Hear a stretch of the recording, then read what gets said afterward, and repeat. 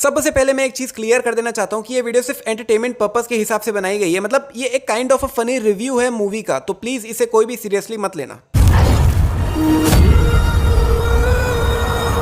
भैया ये इतना बड़ा लहंगा पहन के इतना घूम घूम के डांस कर रहा है, मतलब कर रही है, मतलब जो भी। प्लस इसके जस्ट बगल में चारों तरफ कितनी सारी कैंडल्स जल रही है, जिसमें लिटरली इसका लहंगा किसी से भी थोड़ा सा भी टच हुआ तो इसका खेल तो यही खत्म है। स्टार्टिंग में इसके मास्क के अंदर इसकी आंखें नहीं दिख रही थी, लेकिन बाद में पता नहीं कैसे दिखने लग जाती है। इनफैक्ट जब इसने मास्क निकाला तब ध्यान से देखो पीछे इलास्टिक लगा हुआ है, मतलब उसने उसे इलास्टिक से पीछे बांध रखा था। लेकिन वही जब मास्क को फेंक रहा होता है तो पीछे से इलास्टिक गायब हो गए, जिसमें इसने इस मास्क को सीधा आग में फेंका था, लेकिन सब कुछ जल गया बट मास्क नहीं जला। इनफैक्ट इसने इस मास्क को जलती हुई लकड़ी के ऊपर फेंका था। बट क्या कमाल की बात है कि सब कुछ जल गया लेकिन सिर्फ यही लकड़ी नहीं जली जो कि पहले जल रही थी भाई। और फिर वही मास्क उड़ते उड़ते जाके देवेंद्र नाथ, जो कि अब भूत बन चुका है, इंसान है भी नहीं, उसके मुंह पे चिपक गया। और चिपका भी नॉर्मली नहीं है कि जाके मुंह के ऊपर लग गया, वो लिटरली इसके मुंह से चिपक गया, शरीर का अंग बन गया, चमड़ी से जुड़ गया भाई उसके। ये कैसे? इनफैक्ट 200 साल तक उसके मुंह से चिपका ही रहा, वो शरीर के अंग जैसे चमड़ी में घुस गया। कैसे भाई? बाय द वे मैं आपको बता दूं कि इस मूवी ने आज तक के सारे रिकॉर्ड्स ब्रेक कर दिए, कलेक्शंस के नहीं, मिस्टेक्स के। लिटरली मैंने पिछले 8 सालों में आज तक जितनी भी मूवीज की मिस्टेक्स निकाली है, सबसे ज्यादा मिस्टेक्स इस मूवी में निकली है।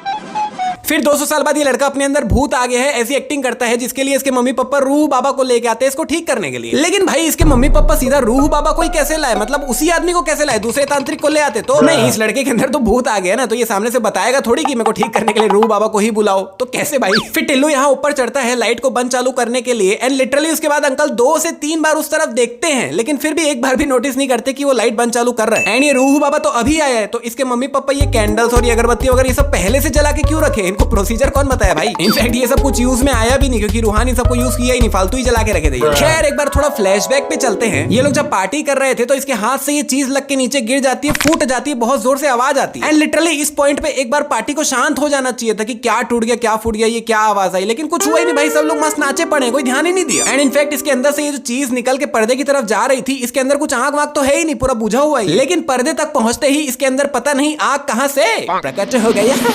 एंड आग लगते ही इन तीनों को छोड़ के इसके बाकी सभी दोस्त यहाँ से भाग गए थे। तो सिर्फ इन तीनों ने इतनी भयानक आग को बुझाया कैसे? और तो और जिसमें भी भैया इन दोनों ने तो हाथ में दारू की बोतलें पकड़ रखी है। नहीं, अगर ये लोग इससे आग बुझाए हैं तो घर को तो बुझना खत्म हो जाना चाहिए था भाई। खैर उसके बाद ये टेंशन में आ जाता है कि मॉम डैड को पता चलेगा तो वो मेरी जान ले लेंगे। लेकिन भाई तेरे को ये बताने की क्या जरूरत है कि तुमने घर में पार्टी की थी और उससे आग लग गई? कुछ भी रीजन दे सकता था। एंड अगर रीजन नहीं सूझ रहा था तो सीधा बोल देता कि पता नहीं कैसे आग लग गई, मैं तो रूम में था। उनको तो कभी पता भी नहीं चलता कि इसने घर में पार्टी की थी, क्योंकि कौन सा पार्टी करने से कहीं आग लग जाती है। ऐसा भी नहीं है कि ये बहुत ज्यादा सत्यवादी है, घर वालों को झूठ नहीं बोल सकता, घर वालों से झूठ बोल के तो पार्टी कर रहा था। जिसमें इसके ये बोलते ही इसका दोस्त बोलता है इसका तो एक ही सोल्यूशन है, रूह बाबा। नहीं क्यों भाई, वो एक तांत्रिक है, कोई होम रेनोवेटर या कॉन्ट्रैक्टर थोड़ी है जो तुम रूह बाबा को बुला रहे हो इसके लिए। और अगर ऐसा है कि ये रूह बाबा को इसलिए बुला रहा है क्योंकि उसको पता है कि वो एक फ्रॉड है, तो भाई इसे कैसे पता? फिर जब ये लोग इसे कॉल करते हैं तो ये सिर्फ इतना बोलता है कि तू बस एक नाम याद रखना, पिंटू। लेकिन फिर जब ये इसके सामने आके भूत निकालना चालू किया तो भैया पूरी कहानी ही रच दी है, लंबा चौड़ा। आज के मॉडर्न जमाने के इतने अमीर लोग भी इस पे इतना भरोसा कर रहे हैं कि अपना इतना महंगा चेन, इतना महंगा लैपटॉप इसे दे दिए सिर्फ ये सुन के कि इसमें भूत है। वाह। और चलो ठीक है, एक बार है भी, तुम इसमें भरोसा कर भी रहे हो तो इसे क्यों दे रहे हो भाई? बाहर बेच के पैसा ले लो, इसे मुफ्त में क्यों दे रहे हो? और ये तो कुछ भी नहीं है भाई, इसने इस लड़की को श्रापित बोला एंड लिटरली इन्होंने इस लड़की को अपने घर से ही निकाल दिया। और अगर निकाल भी दिया तो भी ये लड़की इसके साथ क्यों है भाई? और अगर है भी तो इसके साथ इतनी खुश क्यों दिख रही है ये? और अगर ये लड़की इसके साथ है तो बाद में इसका क्या हुआ भाई? क्योंकि इसके बाद तो इस लड़की को दिखाया ही नहीं कि इसका क्या हुआ।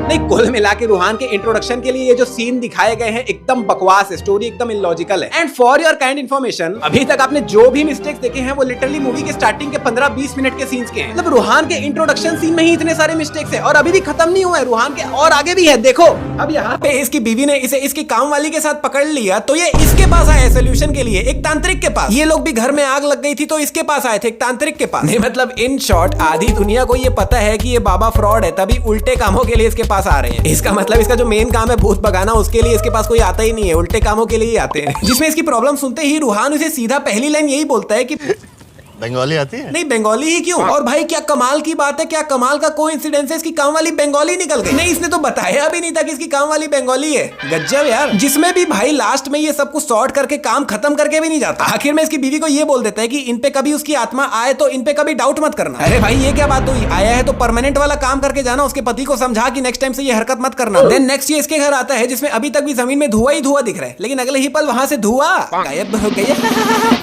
तो फाइनली अब जाके हम रूहान से हटके दूसरे टॉपिक पे आए हैं। मैंने बोला था ना मामा जी, फ्रॉड है एक नंबर का ये। अरे बाप रे, तो इसने ये प्रूफ करने के लिए इतना बड़ा और इतना महंगा नाटक किया। नहीं भाई वो तो आधी दुनिया को पता है कि ये फ्रॉड है, इसमें नया क्या है। एंड बाय द वे ये लाइट बंद चालू कौन कर रहा था, क्योंकि मुझे पहले ऐसा लग रहा था कि मीरा कर रही होगी, लेकिन अभी मीरा तो इसके सामने खड़ी है, लेकिन लाइट अपने आप ही चालू हो गई। तो हम तुम्हें 1 करोड़ रुपए देंगे। भाई जब तुम 1 करोड़ रुपए दे ही रहे हो तो इतना भारी महंगा नाटक करने की जरूरत क्या थी। 1 करोड़ सुन के बंदा वैसे ही मान जाता। और अब अगर नाटक कर ही लिए हो, इसके खिलाफ सबूत बना ही लिए हो, तो एक फूटी कौड़ी देने की भी क्या जरूरत है। एंड ये सब अभी जो कुछ भी हो रहा है इसके बीच में अगर आप एक चीज नोटिस करो कि इतने बड़े शहर में इतना जोरदार घर, इतनी सारी लाइट्स, इतनी इलेक्ट्रिसिटी, इतना सारा धुआं, एक्सेट्रा एक्सेट्रा एक्सेट्रा, इतना कुछ कैसे मैनेज किए भाई ये लोग। क्योंकि इनके पास तो एक रोटी, लिटरली एक रोटी खाने के भी पैसे नहीं है, फूटी कौड़ी नहीं है भाई, कैसे। एंड मेरा दिमाग तो ये सोच के खराब हो रहा है कि इन्होंने इतना सब कुछ मैनेज किया लिटरली सिर्फ इसका ये सबूत बनाने के लिए। भाई साहब काफी बड़ी मिस्टेक है ये। जिसमें भी इसने अपनी शेरवानी निकाली तो लिटरली अंदर से फटा हुआ बनियान निकला। मतलब इसके पास बनियान खरीदने के पैसे नहीं है, लेकिन शेरवानी खरीदने के लिए है। नहीं वाह। रूहान जैसे ही रोक तो घाट में एंटर करता है, सभी लोग उसको देख के घूरने लग जाते, शौक हो जाते, सभी लोग एकदम आश्चर्य हो जाते। मतलब पूरा गांव इसको देख के आश्चर्य हो जाता है, सिवाय उन लोगों के जिनके घर का ये एक्चुअली में पुनर्जन्म है। मतलब जब इस तबेले में एंटर करता है तो किसी को भी आश्चर्य होता ही नहीं है कि हमारे 200 साल पुराने महाराज है, इनका पुनर्जन्म हुआ है। ओह माय गॉड, इनको बैठाओ, पैर पड़ो इनके। कुछ नहीं है भाई, कोई मतलब नहीं है इन लोगों को। इनके पास खुद के खाने के तो पैसे नहीं है और निकले हैं गाय को दूध पिलाने। वाह। और भाई गाय को दूध कौन पिलाता है यार, ये बताओ कोई मेरे को। जिसमें भी इतना तो गिरा दिया इसने, जितना पिलाया नहीं उससे ज्यादा तो गिरा दिया। अभी अगर अंदर महाराज को पता चलता कि इसने इतना सारा दूध नीचे गिरा दिया है तो महाराज चाट चाट के वो जमीन का पूरा दूध पी लेते, लेकिन वेस्ट नहीं होने देते। नहीं पता है मेरे को क्या लगता है, महाराज को शायद पता भी नहीं होगा कि ये लोग बाल्टी भर भर के गाय को दूध पिलाते, क्योंकि उनके खुद के खाने के तो लाले पड़े हुए हैं। और मुझे तो ये भी लग रहा है कि ये दूध है भी नहीं, एकदम ध्यान से देखो, इतना पतला। ऐसा लग रहा है पानी में व्हाइट कलर मिला के गाय को पिला रहे, उसको भ्रम में रखे कि हम तेरे को दूध पिला रहे, लेकिन पिला नहीं रहे। इस पॉइंट पे मैं लिटरली कुछ भी बोल रहा हूँ, सीरियसली मेरे को कुछ नहीं पता मैं क्या बोल रहा हूँ, मैं पागल हो चुका हूँ, पागल। एंड बाय द वे मेरा ये नया लाल टी शर्ट आपको कैसा लगा, और ये मेरा नया चश्मा अच्छा है ना। ये लोग पता है उन दोस्तों की तरह जो दिखाते तो है कि हमारे पास पैसा नहीं है, हम गरीब है, लेकिन साले होते नहीं है। नहीं भाई देखो इन लोग को, इन लोग के कपड़े देखो, इनके फर्नीचर देखो, कौन बोलेगा इनको गरीब। और इस लड़की को देखो, इसको देख के कौन बोलेगा कि ये गरीब है। पूरे पेस्ट का कचूमर निकालने के बाद ये बोलती है कि ये 1 हफ्ता और चलेगा। नहीं कैसे चलेगा, देख के दिख रहा है वो 1 हफ्ता चलने लायक। फिर लास्ट में इसको इन पे तरस आ जाती तो ये अपना पेस्ट निकाल के इनको दे देते। लेकिन भाई क्या कोइंसिडेंस है, इसके पास भी वही सेम पेस्ट है, वही सेम साइज का। वाह। नहीं लिटरली अभी महाराज के सामने इनके 200 साल पुराने ओरिजिनल महाराज का पुनर्जन्म खड़ा है, और इसको देख के इनका पहला सवाल क्या है, हम सुना है तुम भूत से बातचीत कर सकते हो। नहीं मैं होता तो हैरान हो जाता, भाई पुनर्जन्म, ओह माय गॉड। और ये अभी तक बनियान में क्यों खड़ा है। नहीं ठीक है भाई तू गरीब है, कुछ खरीदने के पैसे नहीं है, लेकिन शेरवानी है ना अभी तेरे पास, तो पहनना उसको, क्यों बनियान फटे में खड़ा है। देन महाराज बोलते हैं कि आइए शाही भोजन का वक्त हो गया है, और शाही भोजन बोल के इन लोग इसके सामने ये रख देते हैं। नहीं मतलब थोड़ी सी भी, इतनी सी भी शर्म नहीं आई शाही भोजन बोलते हुए इसको। 200 साल पुराने ओरिजिनल महाराज के सामने तुमने ये रखा है शाही भोजन के नाम पे। ये सब क्या देखना पड़ रहा है। और इतना भी काफी थोड़ी था, शाही भोजन बोल के इसके सामने रखे जरूर, लेकिन खाने उसको फिर भी नहीं दिए, खुद ही छीना चपटी करके खा के खत्म कर दी। भाई जिसके लिए शाही भोजन है उसको तो खाने तो, खाना छोड़ो हाथ तो लगाने तो भाई। इसका जवाब तुम्हें शाम तक मिल जाएगा। शाम तक? दीदी ऑलरेडी रात हो चुकी है, अभी तक बताए नहीं हो आप। और भाई मुझे ये समझ नहीं आता तुमको यहाँ रात को ही जाने की क्या जरूरत है। मतलब अंदर जो तुम इसे दिखाने वाले हो, बताने वाले हो, वो तो दिन में भी बता सकते थे। गरीबी, सारी जिंदगी उस तबेले में गुजर गई। लेकिन दीदी आप गरीबी देख कहाँ रहे हो, मत बोलो, आपके मुंह पे ये गरीबी वर्ड सूट नहीं कर रहा है। अब हमें इस मोदक के लिए कचरे के डिब्बे से टॉफीज भी नहीं निकालने होंगे। नहीं सबसे पहली बात, ये लोग लॉलीपॉप को कचरे डब्बे में फेंक क्यों रहे थे।